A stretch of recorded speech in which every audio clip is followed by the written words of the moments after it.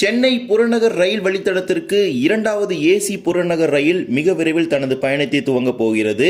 தெற்கு ரயில்வே மண்டலத்திற்கு இரண்டாவது ஏசி புறநகர் ரயிலை ஒதுக்கீடு செய்திருக்கிறது ஐசிஎஃப் சென்னை. சென்னையில் இந்த ரயில் எந்த வழித்தடத்தில் இயக்கப்படுவதற்கான வாய்ப்புகள் உள்ளது? இது மட்டுமல்லாமல் நாகர்கோவிலிருந்து கேரள மாநிலத்தின் வழியாக கோவாவிற்கு கிறிஸ்துமஸ் சிறப்பு ரயில் இயக்கப்பட இருக்கிறது. இன்றைய தினம் இவை அனைத்தை பற்றி தான் விரிவாக இந்த வீடியோவில் பார்க்க போறோம். சேனலுக்கு புதுசாக வந்தீங்கன்னா மறக்காம சப்ஸ்கிரைப் பக்கத்தில் இருக்க பெல் ஐகான் போட்டுருங்க. அப்பதான் நம்ம போற ஒவ்வொரு வீடியோட நோட்டிபிகேஷன் உடனுக்குடன் வரும். வாங்க வீடியோக்குள்ள போகலாம். அடுத்து வர இருக்கும் கிறிஸ்துமஸ் மற்றும் நியூ இயர் போன்ற பண்டிகை காலத்தை முன்னிட்டு தெற்கு ரயில்வே சார்பாக நாகர்கோவிலில் இருந்து கோவா மாநிலத்தின் மடுகான் வரை சிறப்பு ரயிலை இயக்க போவதாக அறிவிப்பு வெளியிட்டிருக்கிறாங்க. இந்த சிறப்பு ரயில் மொத்தமாக 3 வாரங்களுக்கு இரு மார்க்கத்திலும் இயக்கப்பட இருக்கிறது. Train number 06083 06084 Nagercoil Madgaon Nagercoil special. நாகர்கோவிலிருந்து இம்மாத இறுதியிலிருந்து இந்த சிறப்பு ரயில் இயக்கப்பட இருக்கிறது. அதன்படி டிசம்பர் 23, 30 மற்றும் ஜனவரி 6 ஆகிய 3 செவ்வாய்க்கிழமைகளும் நாகர்கோவிலிருந்து காலை 11:40 மணிக்கு புறப்படக்கூடிய இந்த சிறப்பு ரயிலானது மறுநாள் புதன்கிழமை காலை 8:50 மணிக்கு கோவாவின் மடுகான் ரயில் நிலையத்திற்கு சென்று சேரும். மீண்டும் மறுமார்க்கத்தில் மடுகானிலிருந்து டிசம்பர் 24, 31 மற்றும் ஜனவரி 7 ஆகிய 3 புதன்கிழமைகளும் மடுகானிலிருந்து காலை 10:15 மணிக்கு புறப்படக்கூடிய இந்த சிறப்பு ரயிலானது மறுநாள் வியாழன்கிழமை காலை 11 மணிக்கு நாகர்கோவிலுக்கு வந்து சேரும். இந்த சிறப்பு ரயிலில் 2 AC 2 tier, 15 sleeper, 2 unreserved, 2 SLR சேர்த்து மொத்தமாக 21 பெட்டிகள் இருக்கிறது. ஐசிஎஃப் வகையிலான பெட்டிகளை கொண்டு இதை இயக்க போறாங்க.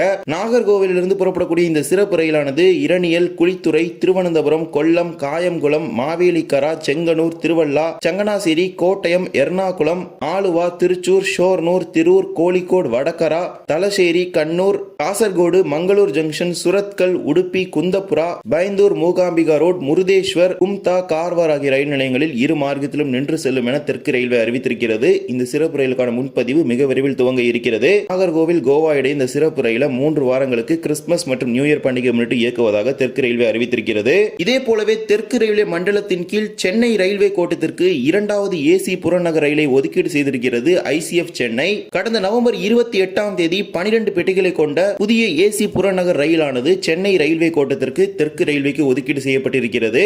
2024, 2025 காலகட்டத்தில் ஐசிஎஃப் சென்னையின் மூலமாக சென்னையின் புறநகர் வழித்தடத்திற்கு 2 ஏசி புறநகர் ரயில்களை தயாரித்து வழங்குவதற்கு திட்டமானது அறிவிக்கப்பட்டு அதற்கான பணிகளும் துவங்கப்பட்டது.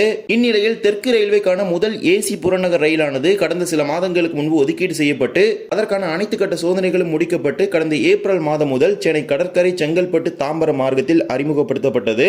இப்போது நாள் ஒன்றுக்கு பல்வேறு வழித்தடங்களில் சென்னை கடற்கரை, தாம்பரம், சென்னை கடற்கரை, செங்கல்பட்டு, செங்கல்பட்டு, தாம்பரம் மார்க்கத்தில் இந்த ஏசி புறநகர் ரயிலானது இயக்கப்பட்டு வருகிறது.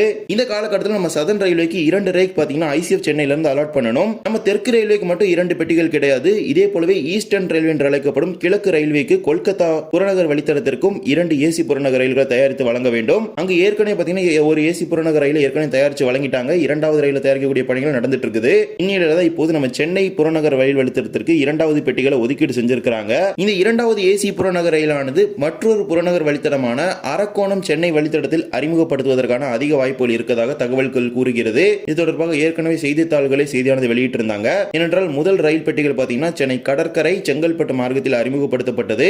2வது ரயிலானது சென்னை சென்ட்ரலில் இருந்து அரக்கோணம் அல்லது திருத்தணி மார்க்கத்தில் தான் அறிமுகப்படுத்துவதற்கான அதிக வாய்ப்புகள் உள்ளது. எனவே இப்போது இந்த 2024, 2025 இந்த காலகட்டத்திற்கான தெற்கு ரயில்வேக்கான ஏசி புறநகர் ரயில் ஒதுக்கீடானது நிறைவு பெற்று இருக்கிறது. இதன் பிறகு பயணிகளுடைய தேவை அதிக அளவில் இருந்தால் வரக்கூடிய ஆண்டுகளில் ஏசி புறநகர் ரயில்களை பாத்தீங்கன்னா நம்ம தெற்கு ரயில்வேக்கு அதிக அளவில் ஒதுக்கீடு செய்வாங்க. இப்போதைய சூழ்நிலையில் பாத்தீங்கன்னா ஏசி புறநகர் ரயில்களுக்கு அதிக அளவிலான தேவை என்பது மும்பைல தான் இருக்குது. ஏனென்றால் மும்பைல பாத்தீங்கன்னா வெஸ்டர்ன் ரயில்வே ஆகட்டும், சென்ட்ரல் ரயில்வே ஆகட்டும், இந்த 2 ரூட்லயுமே பாத்தீங்கன்னா பயங்கரமான டிமாண்ட் பாத்தீங்கன்னா ஏசி ட்ரெயின்ஸ்க்குமே இருக்குது. நம்ம சென்னையை பொறுத்த வரைக்கும் இப்பதான் இதை படிப்படியாக இம்ப்ளிமெண்ட் பண்ணிட்டு இருக்காங்க. சோ போக போக தான் இது பொதுமக்களிடையே ஒரு நல்ல ரீச் கிடைக்கும். இப்போதைய சூழ்நிலையில் சென்னை ஏசி புறநகர் ரயிலை பொறுத்தவரை நாள் ஒன்றுக்கு 1500 பயணிகள் வரை சென்னை கடற்கரை, தாம்பரம், செங்கல்பட்டு மார்க்கத்தில் இந்த ரயிலை பயன்படுத்தி வருகின்றனர். இருப்பினும் ஏசி புறநகர் ரயில் பயன்பாட்டிற்கான முழு கொள்ளளவை அது இப்போது வரை 8ஆம் தான் இருக்கிறது. ஏனென்றால் அதன் கட்டணமும் சற்று அதிகமாக தான் இருக்கிறது. ஏனென்றால் இந்திய ரயில்வே ஒரு கட்டணம் நிர்ணயித்திருக்கிறது.